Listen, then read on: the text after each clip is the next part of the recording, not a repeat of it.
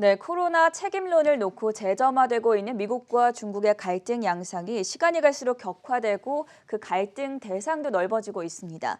자, 지난 5월 이후 재현되고 있는 양국 간 갈등이 금융과 첨단 기술, 홍콩 문제, 지금 여기에 이제 양국의 영사관을 폐쇄하는 사태까지 벌어졌는데요. 이러다가 군사적 충돌이 일어나는 건 아닌가 하는 우려감도 커지고 있습니다. 오늘은 이 문제를 긴급하게 진단하기 위해서 한국경제신문의 한상춘 논설위원 나와주셨습니다. 안녕하십니까? 네, 안녕하십니까? 네, 위원님 방금 오프닝에서도 말씀을 드렸지만 글로벌 증시 미중 간의 마찰로 인해서 격화되고 있는 양상을 보이고 있습니다. 지난주 시장 움직임부터 좀 정리해 볼까요? 네, 아침 새벽 5시 30분부터 캐스터분이라든가 장우석 센터장 이렇게 보면 이번 주에는 일정들이 상당히 많죠. 그쵸. 또 그것도 아주 굉장히 중요한 일정들. 뭐 지금 말씀하신 대로 미중 간 마찰이 어떻게 될 것이냐 하는 문제, 그리고 닷컴 버블 붕괴가 되는 기술자 관련해서 중요한 기업들이 그 30일 날 실적 발표되고 그 바로 직전에 기업 독과점 문제에 대해서 사실 기업 권력이 국가 권력을 앞서다 보니까 이거에 대한 통제 문제, 이거 상당히 중요하거든요. 그리고 30일 날은 GDP 성장률 발표, 미국의 네. 2분기 속보치에 해당되겠죠.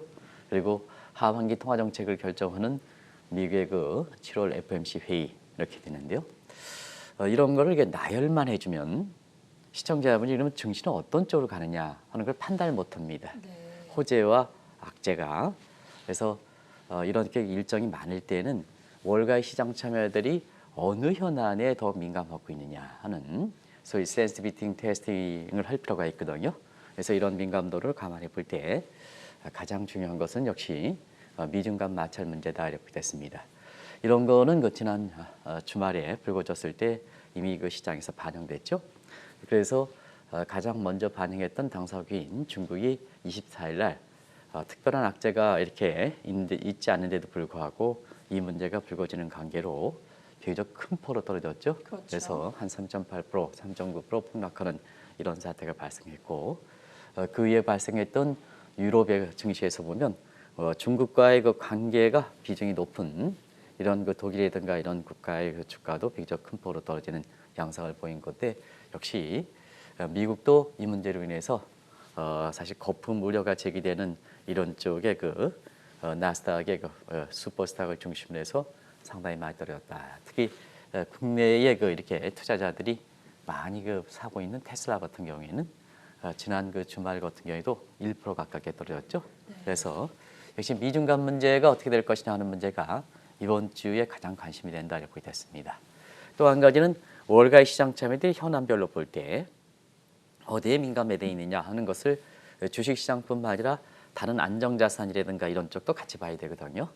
그런 측면에서는 연일 말씀드립니다는 미중 간 마찰 속에 국제 금값이 이렇게 계속해서 말씀드립니다는 가장 빨리 좀 올라가고 있습니다. 그래서 장 마감 기준으로 마침내 1,900달러를 돌파하는 양상을 보였습니다. 네. 그리고 향후의 전망에 있어서는 1년 이내 2,000달러에서 지금 2,000달러는 가시권에 들어가 있는 거죠.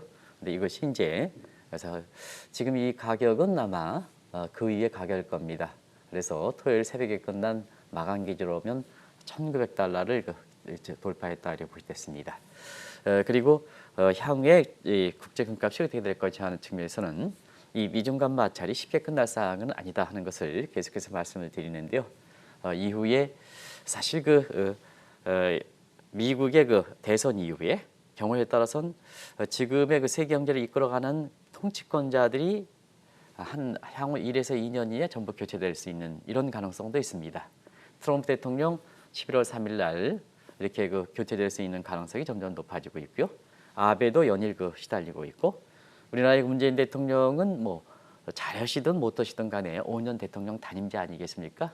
그래서 역시 정권 교체가 되고, 그 다음에 프랑스의 마크롱도 지금 지지율이 굉장히 떨어지고 있습니다. 네. 그리고 독일의 마르켈 총리 같은 경우에는 이렇게 3인당과 연정 때문에 이게 더 이상 허시기가 어렵거든요. 그런 측면에서 보면 이렇게 지금의 세계 경제를 이끌어가는 이러한 권력 구조가 완전히 1에서 2년 이내에 교체될 가능성이 있기 때문에 역시 국제 금값에 대해서는 이렇게 목표치가 점점 올라가는 이런 추세다 이렇게 됐습니다. 반면에 이렇게 미중 간 마찰이 되면 아마 전행껏께서도 미중 간 마찰하면 안전통화 달러 가치가 올라가야 되지 않느냐 이런 시각으로 아마 그 선입견이 있을 거고 네. 모든 경제 교과서에서는 아마 안전통화로서 이렇게 미중 간 양대 국가들이 싸우면 안전통화의 가치가 올라가지 않겠느냐 이렇게 하는데요. 연일 달러 사지 말고 금 사라 이렇게 이제 계속해서 말씀드리는 것은 구조가 변했기 때문에 그렇다 하는 것을 말씀드립니다. 그래서 미중 간 마찰이 이렇게 최악의 상황에는 양국 간의 영사간 폐쇄 문제까지 이렇게 가는데도 불구하고 달러 가치는 오히려 더 떨어졌습니다. 그래서 94 레벨대로 해서 코로나 사태 이후에 103했던 것이 지금 94니까 하락폭으로 보면 그렇습니다. 그래서 코로나 사태 모든 자산 가격이 올랐는데 금만 떨어진다. 달러만 떨어진다. 네. 달러만 떨어진다. 이런 것이 지금의 미국에서 내부적으로 여러 가지 이렇게 문제가 있기 때문에 그렇다는 것을 꼭 좀 말씀드리겠습니다. 역시 미국과 중국의 마찰이 최대 관심사라고 볼 수 있을 것 같은데요. 이 코로나 책임론을 놓고 미국과 중국의 갈등이 격화된 게 지난해 5월이었는데 사실 그때부터 좀 처음부터 강도 있는 수단이 동원되지 않았습니까? 네, 지난해 5월이 아니라 올해 아, 4월이죠. 네네. 올해 그렇죠. 5월이죠. 그래서 사실 그 미중 간 마찰 문제는 아시겠습니다만 트럼프 정부 출범 이후에 지난 3년 전부터 시작됐다 이렇게 됐습니다. 네. 이런 것이 올해 1월 5일 날 미중 간 그 무역 합의안에서 잠시 주춤하다가 코로나 책임론을 두고 트럼프 대통령이 이렇게 제기하면서 이것이 양국 간 2차 이렇게 마찰이 된 것이 지난 5월 초였다 이렇게 됐습니다. 짧은 기간에 코로나 문제니까 사실 강도 있는 대책을 들이대는 거죠. 네. 그래서 1차 이렇게 미중 간 마찰보다도 상당히 강도 있는 시청자 여러분이 생각하지 못했던 강도 있는 이런 대항 수단이 서로 왔다 갔다 한다 이렇게 됐습니다. 그런 것이 지난 5월 초에 중국이 트럼프 입장에서는 짧은 순간의 쇼를 봐야 되니까 11월 3일 날 대통령 선거가 있으니까 처음부터 강도 있는 대책에 들어서죠. 그러면 상대방 갖고 있는 아킬레스건을 건드려야죠. 그러면 이제 중국 입장에서는 두 가지 이렇게 아킬레스건이가 있죠. 하나는 부채 함정을 통한 외교 1대1로 개혁을 추진하고 있죠. 네. 파키스탄이라든가 스리랑카라든가 해서 돈을 빌려주고 1대1로 여기에 참여해라. 근데 이게 부채거든요. 나중에는 사실 중국이 라스트 리조트 기능을 이렇게 되지 않을 때에는 결국 스리랑카, 파키스탄에 중국에서 빚을 받아가지고 1대1로 참여하다가 1대 결국은 사회 간접자원이기 때문에 많은 투자이기 때문에 중국이 어려우면 같이 어려워지는 이런 구조죠. 그래서 1대1로 개혁이 치명타를 받는다 이렇게 됐습니다. 그리고 중국 내부적으로 보면 아시겠습니다는 부채가 많죠. 지금 중국의 총부채 비율이 GDP 대비해서 310% 세계에서 가장 많은데요. 중국의 부채는 중국의 경제 핵심이 갖고 있는 기업들의 부채가 많다는 얘기입니다. 그러다 보니까 사실 그 트럼프 입장에선 코로나 책임론 일 때 처음으로 중국 조치가 중국의 국채만 대상으로 모라토리엄 갚지 않겠다. 그러면 시청자 여러분 중국이 사실 일본과 마찬가지로 미국의 국채를 가장 많이 투자한 이런 국가입니다. 이걸 갚지 않겠다면 중국의 그 신용 경색이 더 이렇게 심화되면서 결과적으로 기업 부도가 속출하겠죠. 그럼 기업 부도를 속출하면 중국은 제1금융권의 은행의 대출 기능에서 기업의 자금 조달하는 거거든요. 그러면 기업의 부실이 속출하면 은행권도 부실화가 되겠죠. 그러면 실물 경제에 주체에 해당되는 기업도 안 들어가고 금융도 대출 기능이 되면 결국 부채 디플레가 발생한다 하는 것이 지난 5월 초에 코로나 책임론을 두고 중국의 처음 미국에 대해서 이렇게 그 강도 있는 제치가 됐을 때 생각지 못했던 중국의 그 국채에 대해서 갚지 않겠다 하는 이런 모라토리엄 구상이 나왔다 이렇게 됐습니다. 그래서 국제사회에서 보면 상당히 이것이 실현 가능성이 있겠느냐 하는 측면에서는 결과적으로 실현 가능성이 적지 않겠느냐 하는 이런 시각에서 압력의 정도 지금 트럼프 입장에서 또 미국 입장에서 중국에 대해서 어떻게 생각하느냐 특히 코로나 책임론을 두고 어떻게 생각하느냐 하는 그런 의향만 읽어볼 필요가 있다는 말씀을 드렸었는데요. 지금까지는 이렇게 중국 국채에 대해서 모라토리엄을 미국의 트럼프 정부가 선언하지 않고 있다 이렇게 됐습니다. 그런데 여기에 대해서 중국이 조금 미온적으로 반응을 하자 미국이 곧바로 중국의 반도체 장비 업체인 화웨이를 제재하고 나섰습니다. 종전과 달리 좀 제재 수단이 아주 강력하다고 볼 수 있지 않습니까? 네, 사실은 지금 이렇게 세계에 보면 기업 권력이 국가의 권력을 이렇게 앞서는 상황이거든요. 전체적으로 모라토리엄에 대해서 하다 보니까 중국이 미온적 입장을 보다 보니까 자 중국 입장에서는 1대1로 기획을 열각도로 추진하는데요.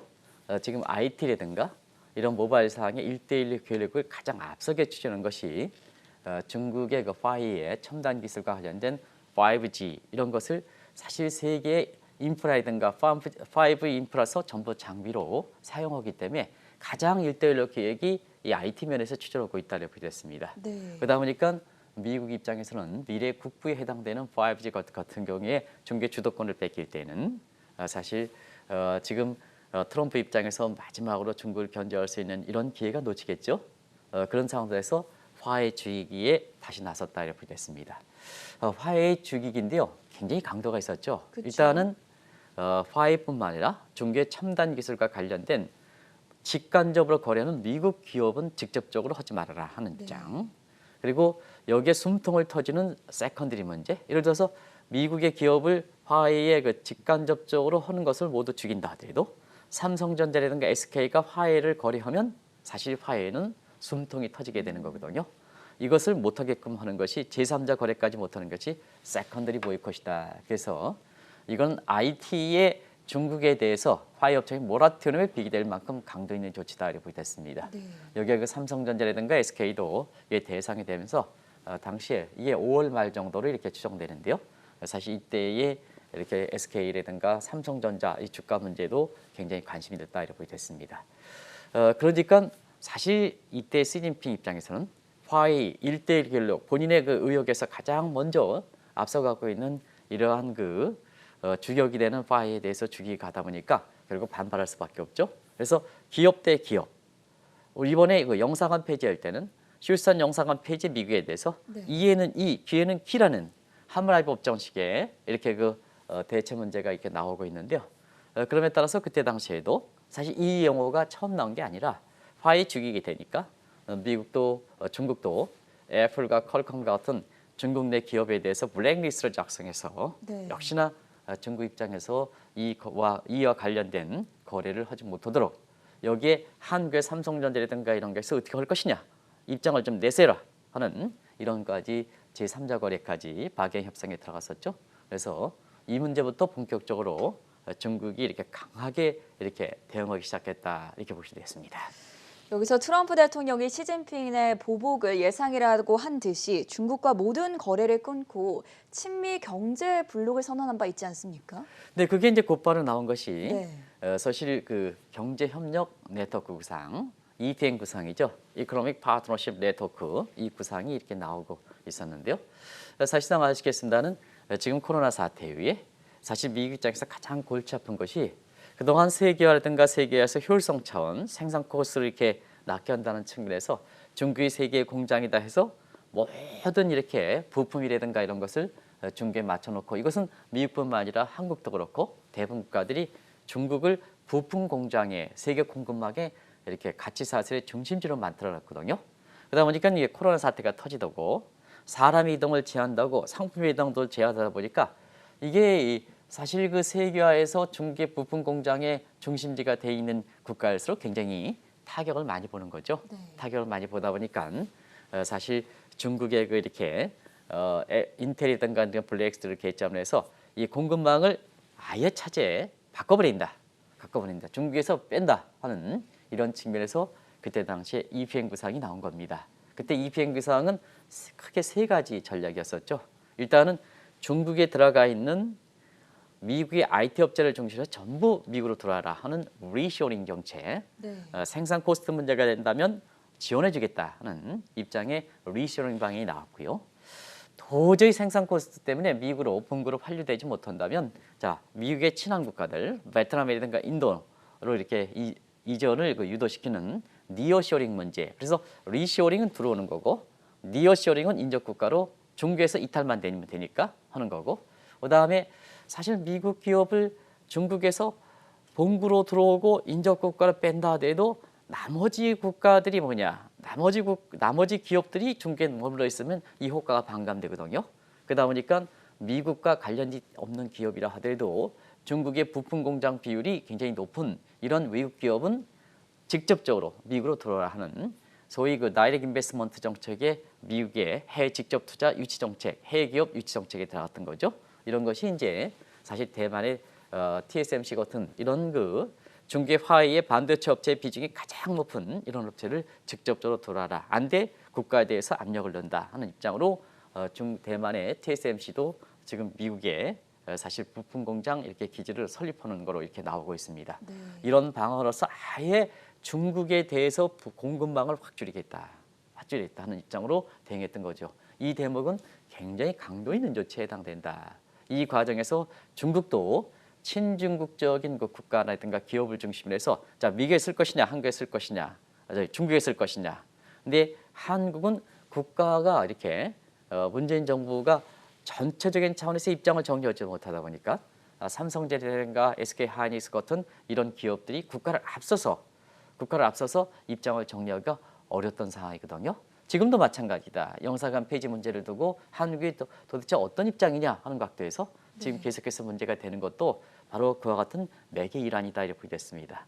영사관 폐지 문제 자체가 중요한 게 아니라 이게 어떻게 전개될 것이냐 하는 측면에서는 코로나 책임론을 두고 어떤 사항이 지금까지 전개되었는가 하면 향후에 사실 미중 간의 영상화 폐지 문제 같은 마찰 문제가 이렇게 우리가 방향성을 읽을 수 있고 이 문제가 지금 글로벌 증시 입장에서는 가장 중요한 현안이지 않습니까? 그런 각도에서 지금의 미국의 기술주라든가 세계 증시가 지난 코로나 사태 이후에 50% 이상 올랐는데 어떻게 될 것이냐 하는 측면을 사실 앞날을 가름해 볼 수 있다. 그래서 월가에서 보면 이번 주에 중요한 일정들, FMC, 미국의 2분기 성장률, 기술주의 발표, 독과점 문제 이런 문제가 있지만 나흘만 하는 것이 아니라 센스비팅 테스트에서 미중 간 마찰에서 가장 민감한 입장을 보이고 그것이 지난 주말에 중국 증시라든가 아시아 증시라든가 유럽 증시, 미국 증시에 영향을 미쳤다 이렇게 보여졌습니다. 이 참고 참았던 중국이 새로운 뇌관을 터뜨리지 않았습니까? 바로 네. 홍콩 보안법 문제였는데 만장일치로 홍콩 보안법을 통과시킨 이후에 전격적으로 시행이 되고 있습니다. 네, 먼 일이 아니냐면요. 이달부터 했었죠. 그쵸? 이달부터 지금 오늘 27일입니까? 근데 워낙 현안 사항이 많다 보니까 홍콩의 보안법, 중국의 시진핑 정부가 전격적으로 이렇게 실시한 것도 굉장히 아주 기억에 멀리 있는 것 같아요. 그러나 이달부터 했다 이렇게 됐습니다. 아시겠습니다. 이 문제가 확정된 것이 2개월 이상 연장됐던 전인데 5월 27일 끝날 여태에서 됐죠.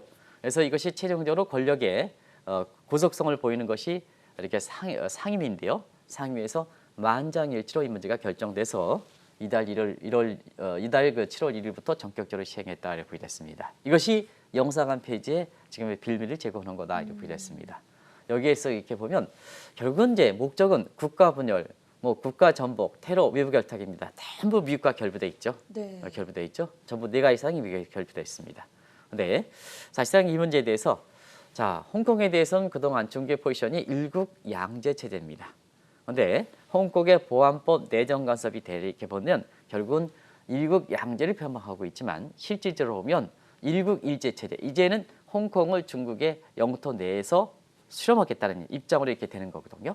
그러다 보니까 사실 미국 입장에서 가장 홍콩의 일국 양제 체제에서 홍콩의 특별지를 부과되면서 가장 혜택을 누렸던 국가가 미국이죠. 그런데 이제 미국 입장에서 보면 자 홍콩을 일국 양제에서 일국 일제 체제로 사실상 홍콩을 흡수해버린다면 반발할 수밖에 없는 거 아니겠습니까? 그래서 가장 폐지가 되면 가장 크게 피해를 미칠 이러한 홍콩의 특별 대우 문제도 아시겠습니다는 트럼프 대통령이 종전에는 서명하지 않을 거로 봤습니다는 역시 잠정기간 1년을 놓고 있습니다는 그동안에 워낙 미국과의 관계가 깊기 때문에 1년 안에 홍콩의 특별대를 완전히 폐지시켰다는 극단적 조치가 나왔던 거죠.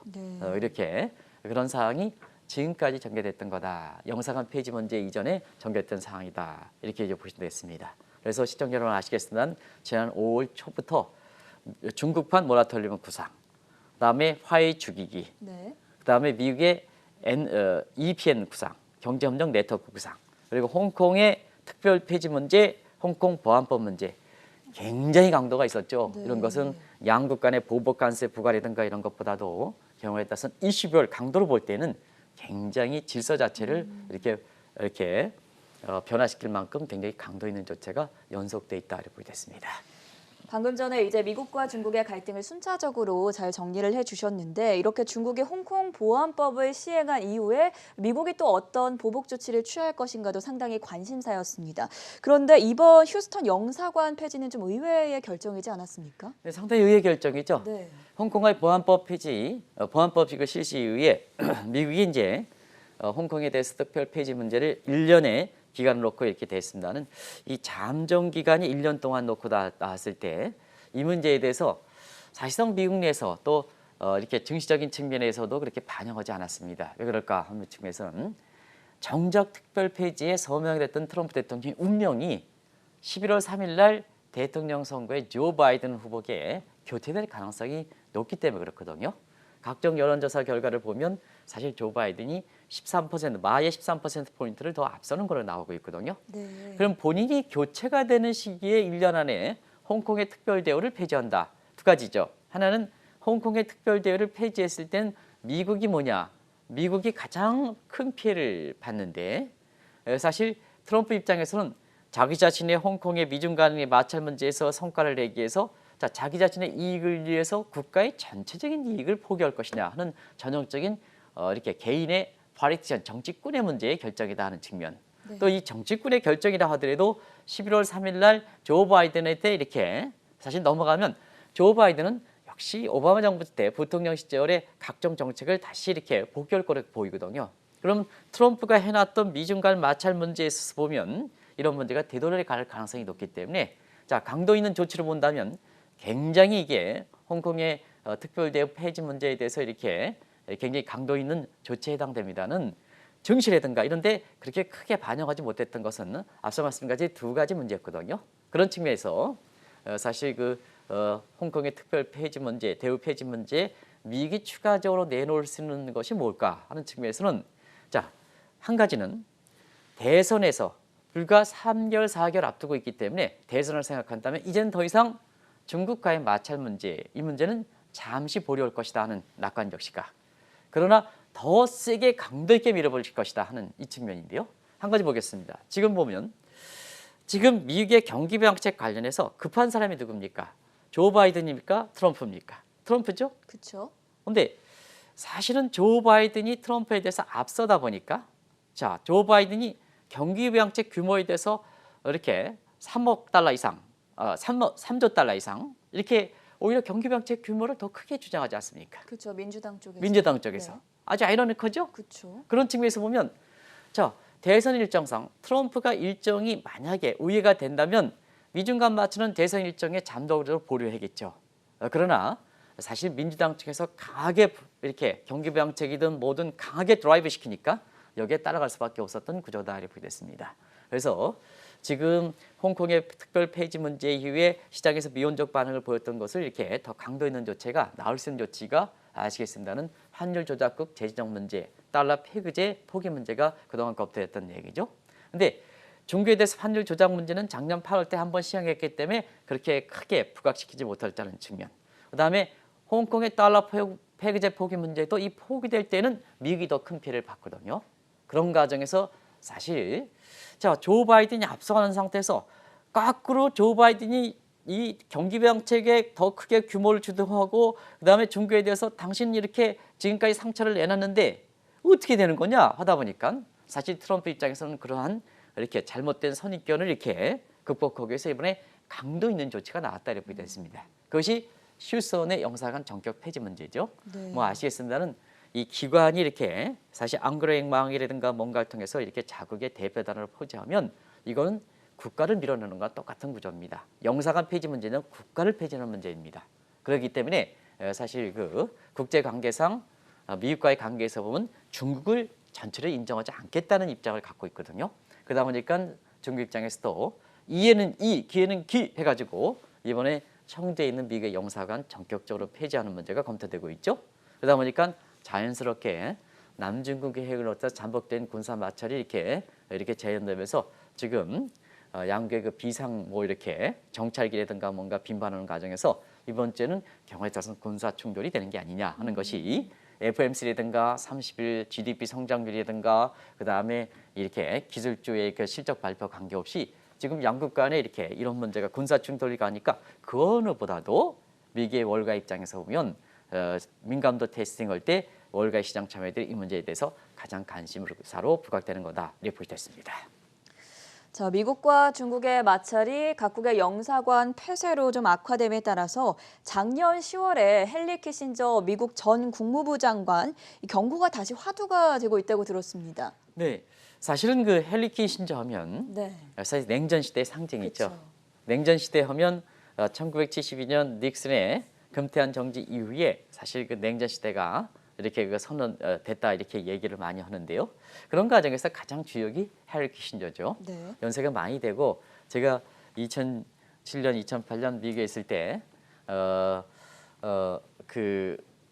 미국의 중요한 사실 그 에머스 커리지 이 대학 도서관에서 네. 이분의 책을 아주 그 관련돼 있는 사람과 같이 읽은 적이 있는데요. 네. 그때의 사실 미중 간 마찰 문제에 대해서도 미중 간 패권 문제 마찰에 대해서 굉장히 선견지목을 해서 이것이 화두가 됐던 상황이거든요.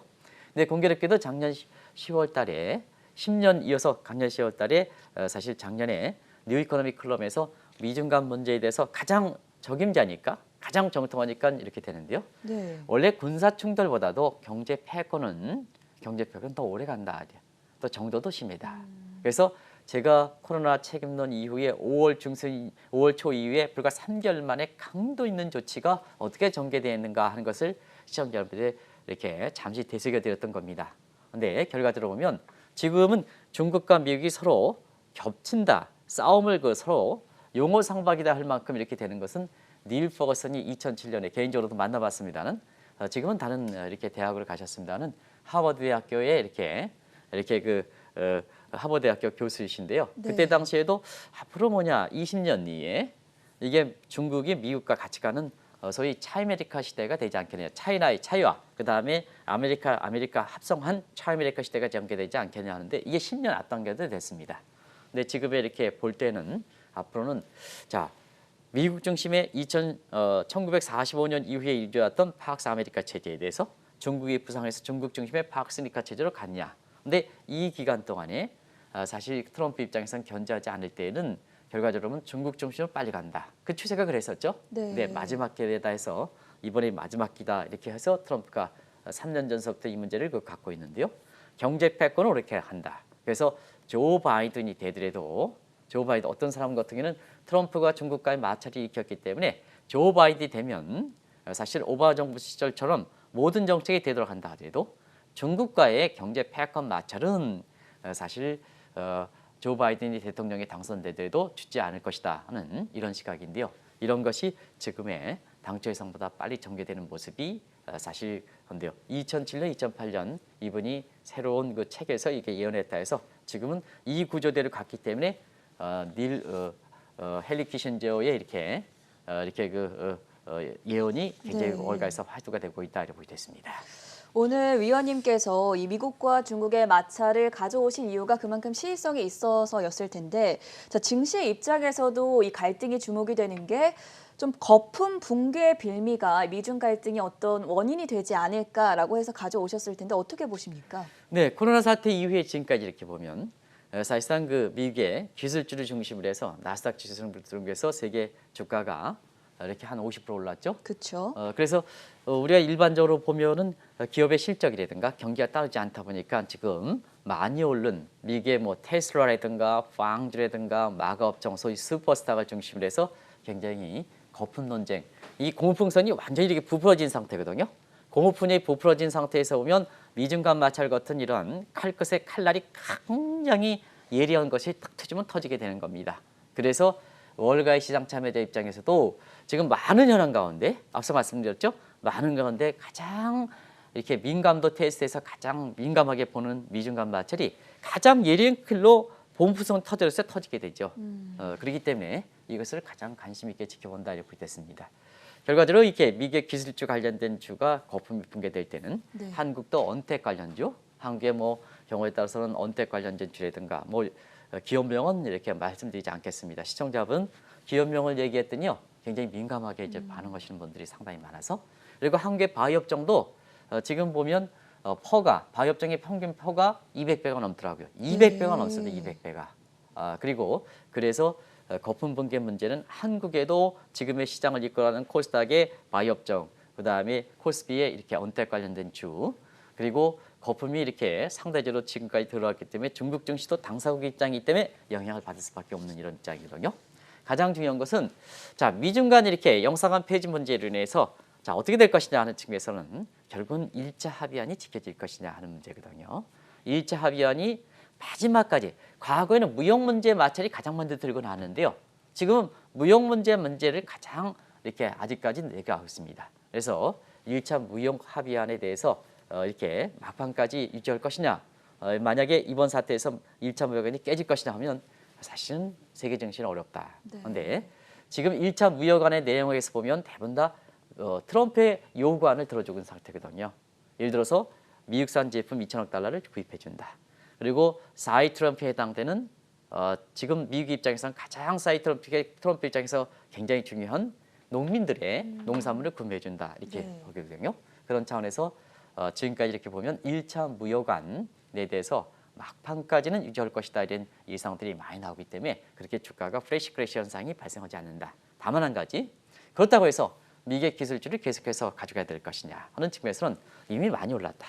한 지난달부터 이미 많이 올랐다. 지난달을 만약에 이것을 트레이딩 관점에서 처분을 했다면 지금의 문제에 대해서도 굉장히, 왜냐하면 테슬라 같은 경우에는 아마 최고점 대비해서 벌써 한 15% 정도 떨어진 상태 아니겠습니까? 그렇죠. 나머지 인텔이라든가 뭔가 마찬가지로 떨어지는 상황이기 때문에, 그래서 일단 많이 올라가기 때문에 베이스 이펙트에 보면 앞으로 올라가는데 수익률이 적다. 수익률이 적으면 그때는 떨어가지는 사태에 대해서 대비해야 된다는 거거든요. 그런 각도로 이렇게 미국의 그 주식이라든가 이런 것을 좀 보시면 되지 않나 생각합니다.